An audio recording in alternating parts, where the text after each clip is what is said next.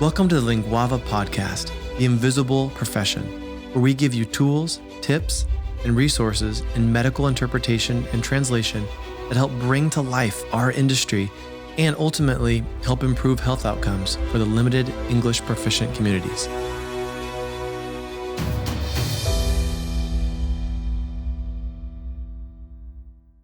Welcome to The Invisible Profession, episode number 6. Thank you all for joining me today here. I'm super excited to be able to have a dear friend and an inspiring individual who is not only has been a Spanish interpreter here in our local community in Portland, is a future dentist, entrepreneur, has his own nonprofit organization that's doing a lot of good in our community.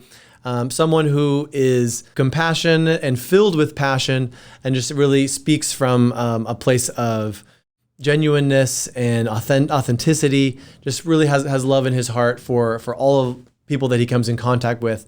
Super excited to have my dear friend, my brother, Fidel, here with us. Yeah, I'm super excited to be here and then keep connecting with you in regards to these important subjects and topics that now are so important for our community. I'm honored to be here, honored to share my story. I always say that, there's a power in sharing people's stories because as we talked before briefly, anyone can talk you in and out of science, like liberal arts, even theology, but no one can take the experience away from you. And then this is what we are trying to do. We are trying to bring this conversation to life. We're trying to educate and be educated. We're trying to lead, but also follow, and teach, but also learn through all this process. And my experience have been one of the, I would say, many that people go through, and I'm not by any means the one that kind of like wants to lead the whole movement. It's like all of us, our responsibility to kind of like share more and more and more. I was born, as you said, in Cuba, especially in Santiago de Cuba, which is kind of like a little province in the southeast area of the whole island. And since I was born, my mom took it upon her to move from Santiago to look for better opportunities in Havana, since she graduated with a biochemistry degree in Havana, in University of Havana. Mm-hmm. And then that's where she met my dad. And then we moved from Santiago to Havana. And in Havana, growing up, my mom always have implanted or seeded in me the responsibility of carrying my core values and my beliefs up on my sleeves and let that speak greater and louder than whatever color of my skin might be reflecting upon. The growing up in Cuba, it was interesting, kind of like comparing to here, because we have a sense of community. There's so much that Cubans relate to one another because of the constant oppression and persecution that they experience from the government. So one of the ways that Cubans have been able to cope with that is the level of responsibility, community-oriented responsibility with each other.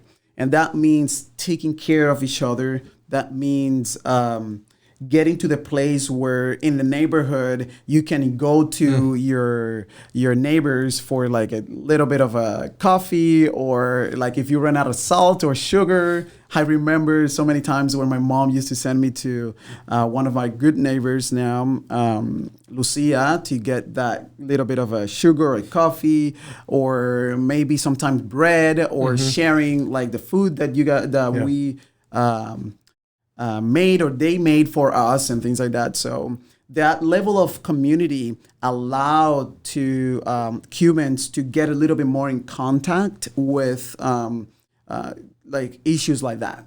racism, issues like So being able to connect and see beyond the differences beyond that's race. exactly right. So, but although the constant oppression that we've felt from the government, which is systematic, and hence also that racism, right?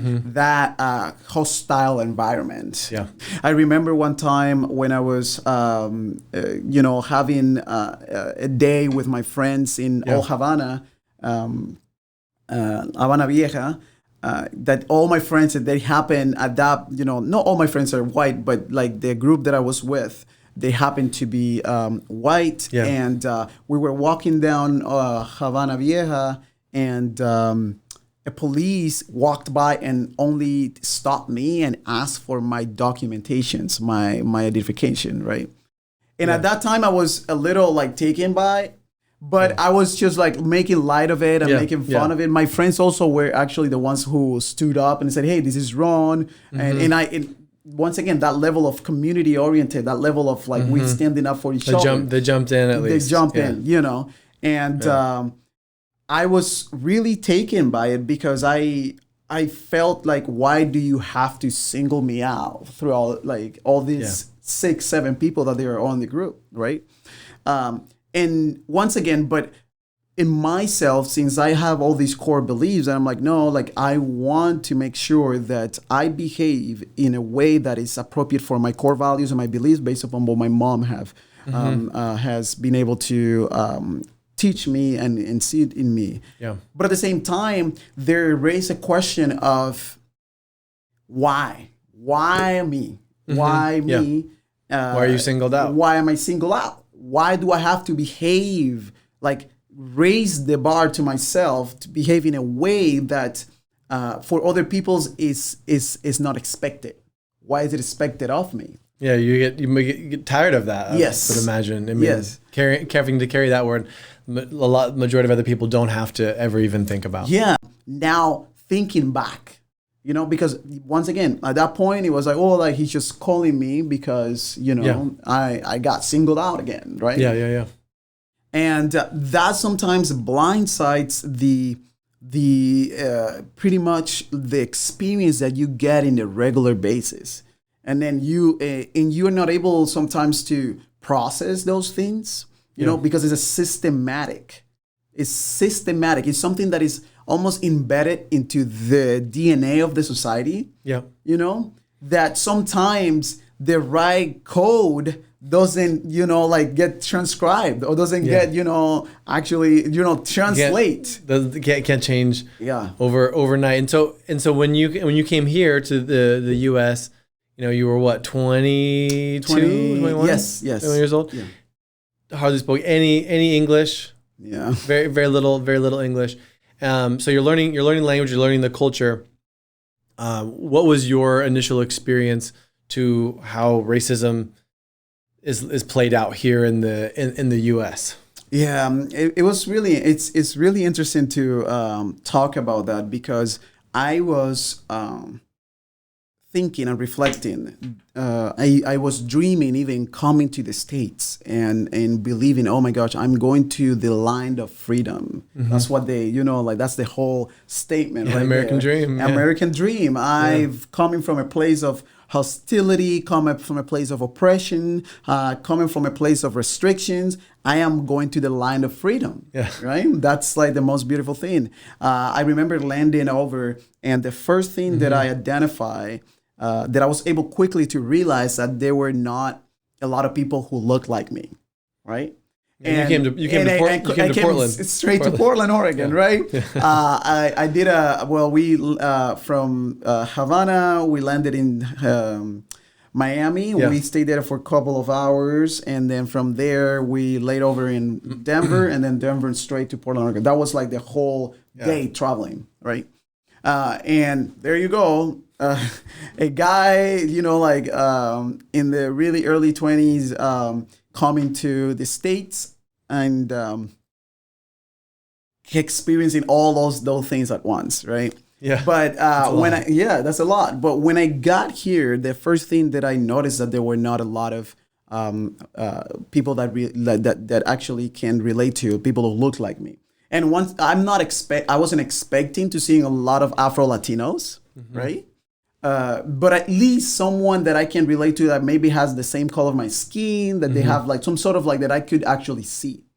That was my first encounter, and I was like, oh my gosh, like I am in a totally different environment, right?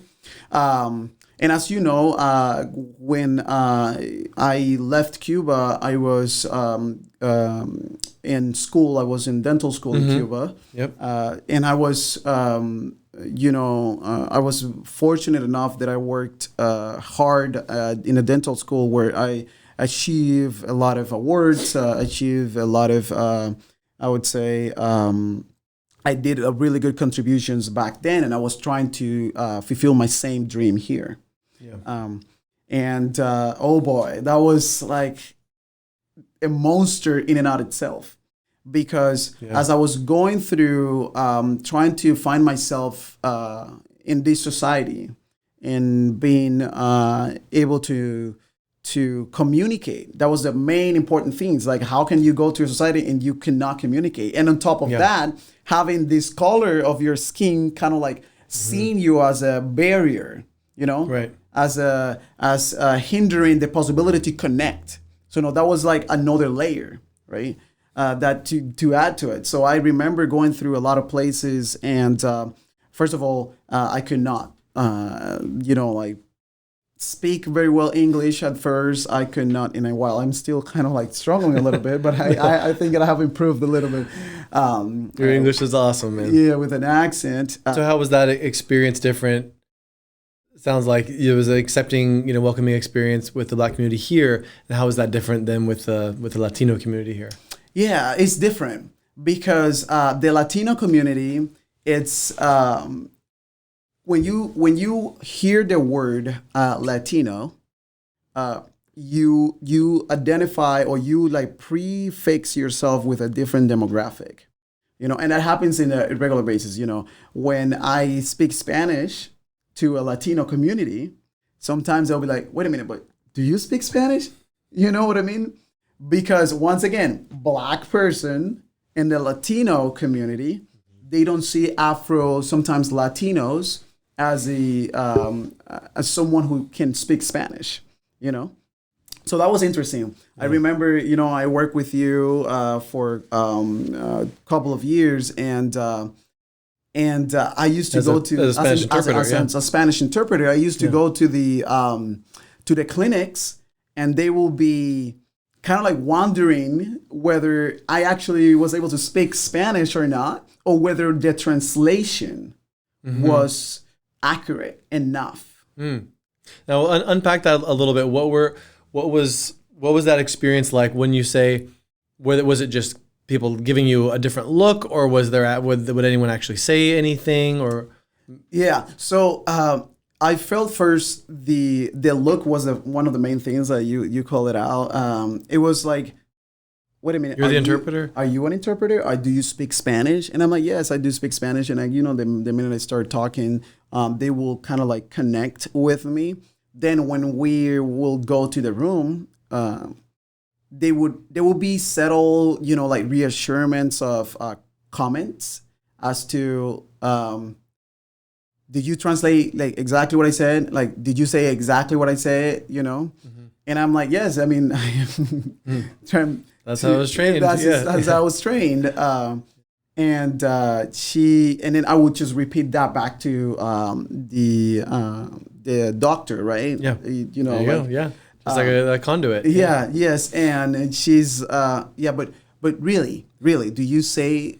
So it was always she or he or whoever it was in the room. It was always kind of like the reiterating of reassurance. That was actually a little bit discouraging because I'm like, yes, like I speak Spanish. I am well educated. I am pursuing a dental career, so I know exactly, especially in the dental field, I know medical exactly terminology. The medical terminology. So that was really interesting. But I must say that there are some dialects that they're different from each community in each country. From Mexico to Cuba, it's different. From Cuba to like Venezuela or any country in Latin America who speaks Spanish, that speaks Spanish, is kind of like a little bit, the dialect's a little bit different, right? Yep. Right. Although the ability to connect with the Latinos or the Latinx or the Hispanic speakers, it was a little hindering because of the color of my skin, because they assume that I could not speak well Spanish, or that I was an African American trying to speak Spanish, and you don't get me, you don't get all those things. So it was really interesting, and interesting enough that when I would talk to them, but once again, that's my core belief is like, and no is an opportunity or like a misperception or ability that you had is an opportunity for me to say yes, right? So I would kind of like come around and I will elaborate a little bit more in what I do, because once again, coming from a dental background, pursuing a dental career, I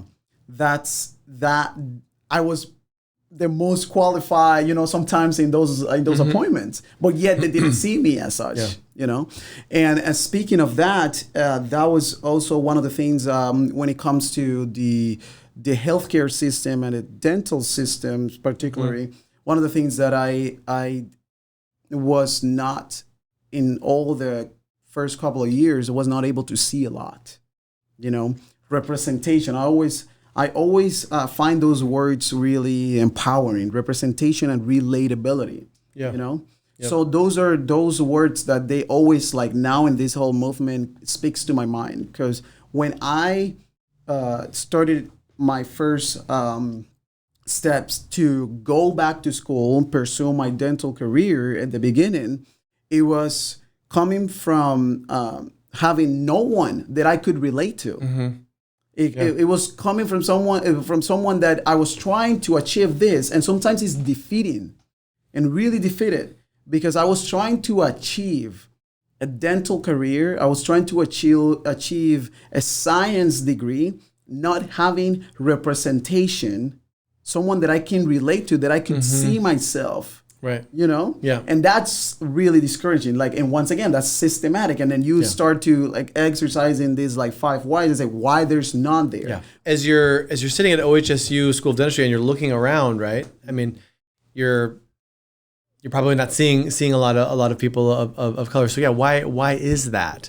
And again, you have to look back at our history. We have to open the history book as to what brought us to where we are today. And I am like, one of the things that you mentioned really well there that I really kind of like resonate with is like leaning. That word, you have to like the effort of leaning in and listening to those conversations, and leaning in and listening to those experiences, right? Those stacks, because sometimes we say, and that's what I'm not gonna lie, I was under that belief. Coming from Cuba, I was under the belief that I went to the land of freedom. Everyone it's the same, everyone is equal, everyone is good. And I shortly realized that was not the case. And what I think, I once again, it's my experience. I think what is important to take away is that equality doesn't mean that everyone is the same.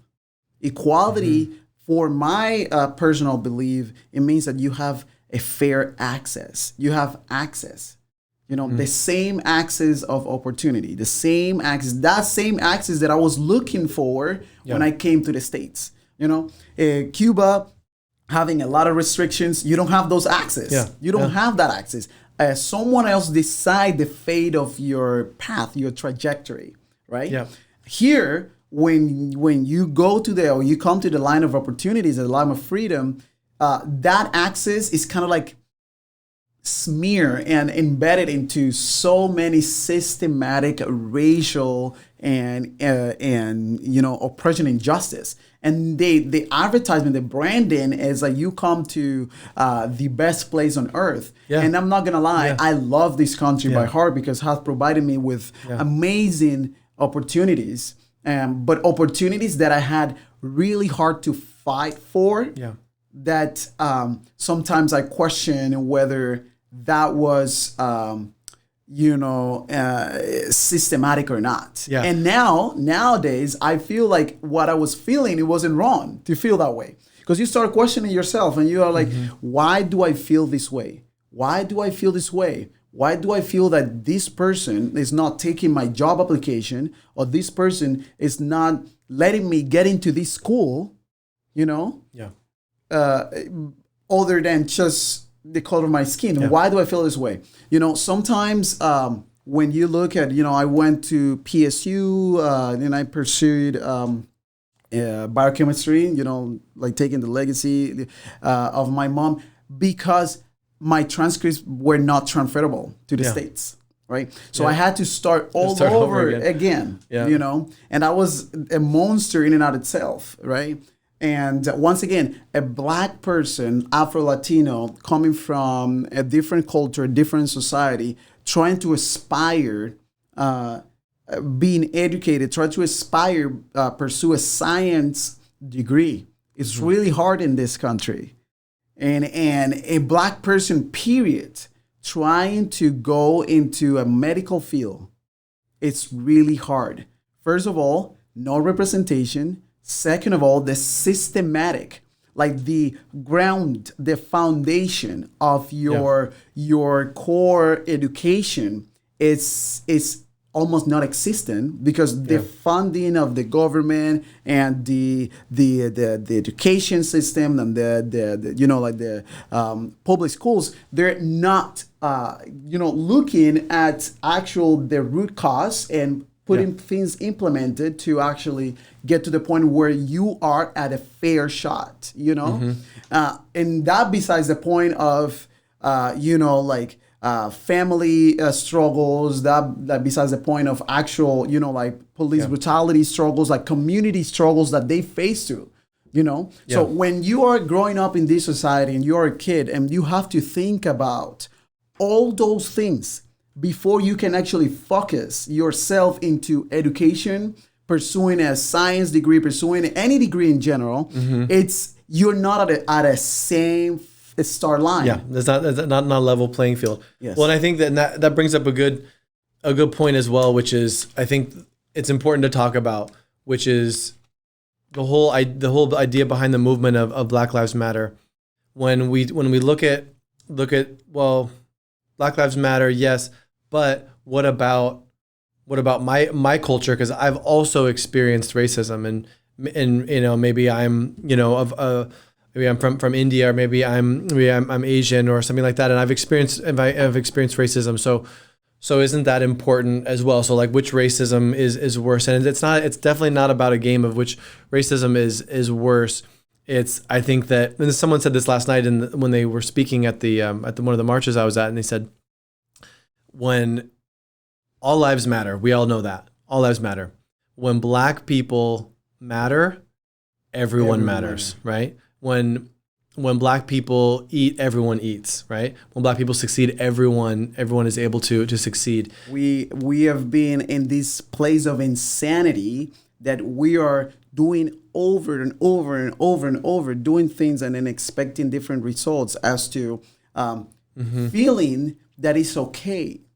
Feeling that it's okay, this gap, right? Yeah. It is what it is. I've heard so many times, even from my Black community friends, like, it is what it is, like, they're white, you're Black, you have to do these things. When the police pull you over, you have to put your hands on your wheel and just look straight up, tell them exactly what they need to hear. Otherwise, so other people don't experience those things. Other people don't have that kind of like innate ability. And when I say other people, I mean other white folks. Right. Don't ever have to think about that. If I'm walking down the street, I don't have to stop and think, oh gosh, I need to be extra careful right now because I'm walking down this street at this time of night. So a cop is going to see me differently and could easily pull me over. Yeah, and then that's one of the things that I really resonate with, because when you talk about how to move forward, once again, you have to know why these things are happening and tackle each sector, and what is not working, it has to change. This is the time that we have to change. This is the time that we're not going to be able to move forward until our inwardly perceptions, abilities, and beliefs, like look introspectively and see what is not working. Because one of the things that I've been seeing right now, right, that our allies, right, want to kind of like put black leaders in the forefront. They want to put, they want to make those statements, which is all in all, I'm not saying that they're bad. I appreciate, I love that movement. But if you don't change the introspective of your own organization in order to get the root cause and actually recruit talent, right? Yeah. And actually look at ways that we can volunteer and actually look at ways that we can elevate the equity of our black folks. You're not doing anything. You're just like putting, like you're checking a box off. Checking a box off. And we don't want to do that. That's something that I really strongly believe, especially in the health sector, especially in the health system, right? Yeah. So how do you take those things in consideration? How do you take in consideration that this guy, black folk that came from a different demographic that has had a lot of struggles, had a fair shot? They might not get like straight A's, because everyone, if they have all these boxes on like check, you know, as like having a food in their table all the time, having, you know, like their family and the community is not being harassed all the time, having actually educational system that, you know, like allows you to learn and get that education. All of those things, right?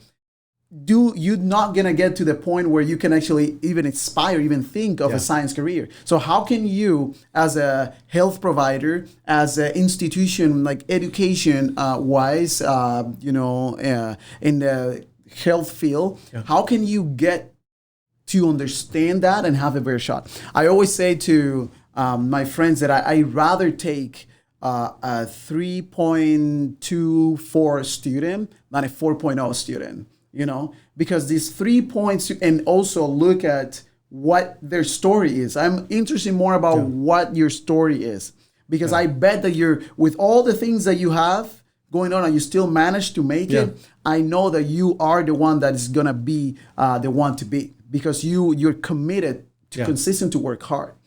There are other questions of my friends that they say, well, like, when it comes to equality, right? Well, like, you know, like Michael Jordan is one of the most multimillionaire companies in, you know, like people in the world, and then he has like this company that is huge, and Oprah as well, and the fact that you just 0.123 out of like millions of black people. How many people are there in the world? Yeah. Yes, and that's interesting, because I was watching the documentary of Michael Jordan, that the Last Dance. Yeah. And one of the things that, like struck me in my core, because he shared that as he coming up to the person that he wanted to be, he has like a narrow focus on, like, when I say narrow focus, I mean like really good focus on what he, like the person, like who he actually wanted to like inspired to be. He had a block all that noise. He said that he had to be able to block all the noise to conquer what he wanted. But imagine all these kids that they're coming up and do exactly the same thing, when other kids, they don't even have to think about that. Right. They don't have to deal with that same noise. Exactly. They don't have to deal with the same noise. And that comes from, once again, everyone has a fair shot to start at the same line, the starting line. Yeah. Now, it's all up to you whether you want to run 50 miles or it's all up to you whether you want to run 20 miles. But at least, you know, like fair access to the same opportunities. And that's really what health equity is all about, right? Is recognizing that we're all starting at a different line, right? We're not all starting in the same place. So where's this person starting at? Where are they at, so that I can help provide health equity? And so I want to pivot on that question there too, and be able to unpack, because we have a lot of providers that listen to our podcast as well. medical providers, medical interpreters as well, and translators. And so, what would be if you had white medical providers sitting in this room today, listening to this conversation? What would it be that you would want to share with them in regards to what should they know when they are taking care of the limited English proficient community patients or Black patients? Yeah. What is something that they need to know that maybe they're currently missing? Yeah. That's a really good question because, having this platform allowed me to actually pretty much lean in once again, right, and understand. And one of the things that I really will like to express to them is the fact that even though you don't speak the same language, right, that doesn't mean that I have less value, or less level of understanding. The fact that you don't speak the same language, English-wise, right, because we live in America, that doesn't mean that I have less value, first of all. And the fact that I am Black or I am Latino doesn't mean that I cannot achieve a better health for myself, or even achieve a higher standard of being in a position where I can actually provide the help, right? That's one of the main things because we always see ourselves, because we don't speak the language sometimes, as the recipient of that help, right? And by seeing ourselves in that recipient end, it hinders the possibility to empower them, right? To empower the ability of them to achieve better health, achieve positions in the health system, because you're always the recipient of that, right? And that's what has been the whole time. So for us, it's important to shake and stretch a hand and say, no, I am empowering you because I'm pulling you with me to get you to the point where you can achieve yourself.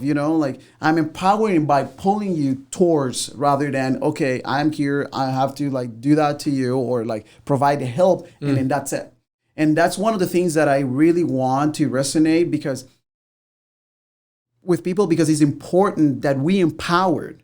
Empowering sometimes for me doesn't mean that you give me what I need. Give you money or something. Yeah. Exactly. Yeah. Because a lot of providers are like, oh, we donate this much for this organization. We will donate that, which it's awesome. It helps a lot.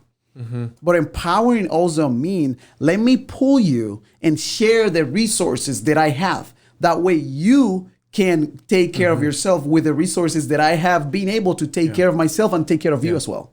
Yeah, right? That's so true. Yeah, someone was talking about that the other day too. It's like a lot of companies right now are donating money, let's say, to Black Lives Matter or other great organizations, which is wonderful.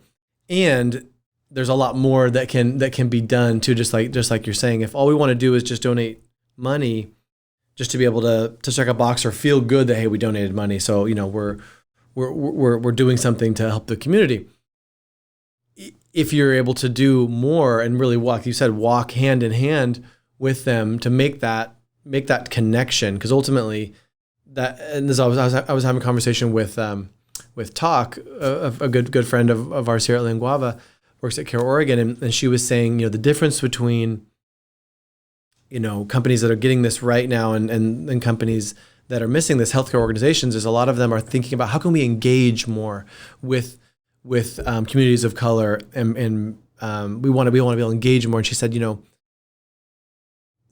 how she responded to that is, she again gently leaned in and said, instead of thinking about engagement, think about connection. Yes. How can I connect with you? Because if I connect with you, then that's more of a personal relationship that's being established. Then I'm listening to you. In order for me to connect to you, I gotta listen to you.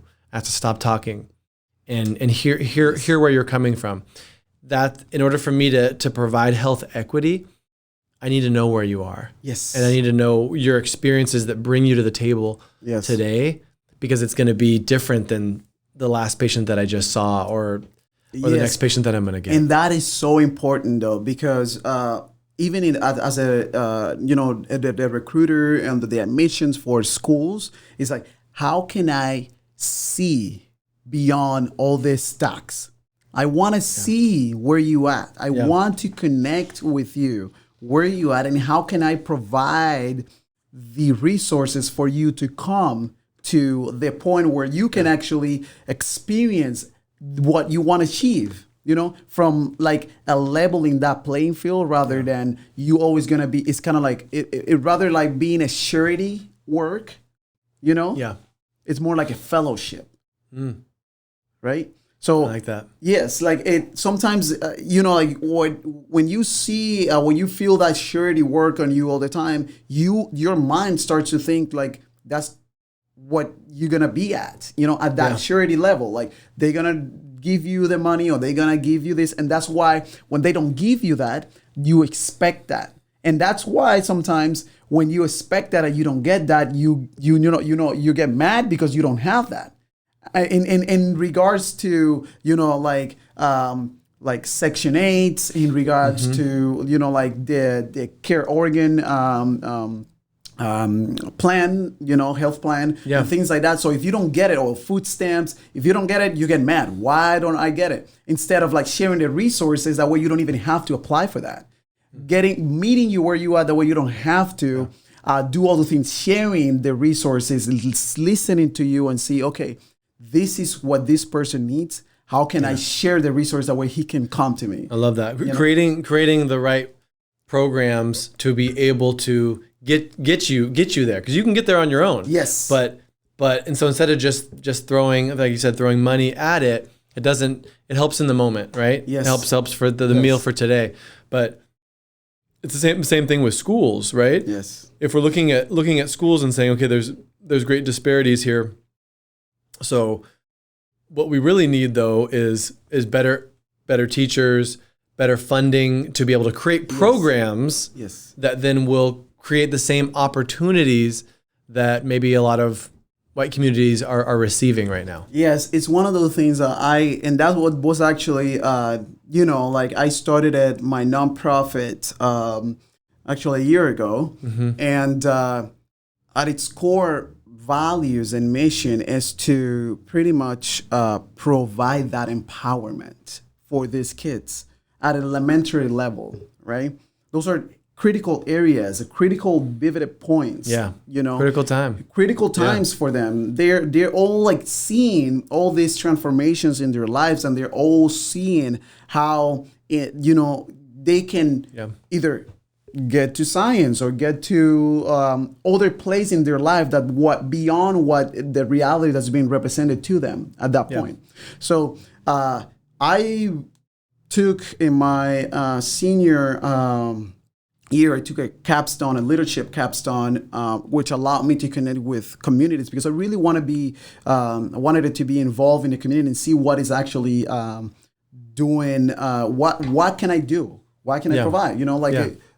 In the community from a leadership perspective, in order for me to understand, once again, that word, like in order for you to be a leader, you have to be a follower, and listening. In order for you to be a teacher, you have to be able to listen and learn, right? So I went to regular elementary school, and I was doing a lot of mentoring for different aspects like math, science, and also in the PE classes. And these kids are super talented kids, but yet they have not been able to have a fair shot. Why? Because of a taxation. I was struck in my, like, I could not believe that the way that the Portland Public District, in if I say like all the public schools are allocating funding based upon taxation of the area where they're at, right? Yeah. So in other words, the people around the school, like the tax that they bring to the area is how much they're going to be allocated to that. And I was sharing that perspective with some other friends, and they were like, well, that makes sense. The people that they bring, like they have more income. Obviously, the school will, the district will give more money to that specific area because they're bringing more income. And I'm like, how come don't you see that that's wrong? How come don't you see that we need to level that playing field at the elementary level, at not even elementary level, like elementary level, middle school, high school. How come you don't see that is wrong? Creating huge disparities that are just going to continue. Exactly. And then that's what we have to tackle. So I took it up on me to started my organization. It's called Project Ledo, which we provide, through building Lego robotics, workshops and interactive gaming. We provide pretty much like empowering these kids, providing like the resources for them to see themselves as leaders, to see themselves as communicators, to see themselves as a scientists in the future. We enhance STEM, science, technology, engineering, and math. Like we really want these kids to be able to see themselves as such. Are you providing resources and like classes and things like that? Or so it's an after school program. We started it with Miss Margarita at Lentz Elementary School, which it happened to be my mom, and she's super passionate about education. And I wanted it to bring something to these kids. I've been volunteering with in her classroom for a while. And I wanted it to bring something to these kids that is meaningful, that they can actually utilize their talent. You go to their classes and they don't have those resources. They don't have Legos, And I'm like, oh my gosh, like Legos are something that I personally I didn't grow up with, but they're super fun. And I find them that everyone else, like my, like white folks, like generally have used them. I've played with them. And I'm like, how come these kids don't have those things, And that spike, once again, those like mindsets, those like abilities to like get themselves to see as such. So we provide that for the kids in the after school program. We have, we break them in like groups, and then we provide Lego kits, and then they kind of like start to build in, like we have a theme, and they build this, different, like structures among Legos, but that inspired this like leadership, that mindset, because we assess like who's going to be the leader of the team today, who's going to be the communicator. So by that, it brings a different aspect to it. And at the same time, we bring at the beginning of the program, which is, it runs every year, someone that looks like them, from science, from like medical background, from dental background, from engineering background, that looks like them, whether it's like from the Latino community, for the Black African American community. We bring this, we call them a mentor at the beginning of the session to them, to speak to them about what was his experience. Always they make it like playful and funny, because those are like elementary school kids, first graders and third graders. But at the same time, they start seeing someone. They start to relate with someone that looks like them in those positions. Start to be able to put themselves in their shoes. If they can do that, then look and talk like me, I can too. Exactly right, and that is my whole mission. But not only that, we also aspire to go to communities all around the world and do exactly the same by enhancing these kids, to enhancing these kids to have that connection with other communities. So not only them feeling the recipient of what we talk about of that charity, but also they, like sending them. They paying it forward. So and beautiful. Those are the connections that we try to establish, and where they see themselves that they are the recipient, but also this empowering them to like bring pay it forward. And that change and shifts the mindset of them, because they don't only see themselves. Once again, it's like a fellowship. right? So we've been super busy this past couple of months because we're going through funding programs and things like that. But this is the type of things that when I started it, when I funded this nonprofit, to be able for us to have. But we can only do that if we go into the communities. We look introspectively into our own self and say, how can from here help? Because the majority, it's not for anyone, it's not a denial that you have to look inside of you in order to show the reflection or what you want to achieve or what you want to be able to see.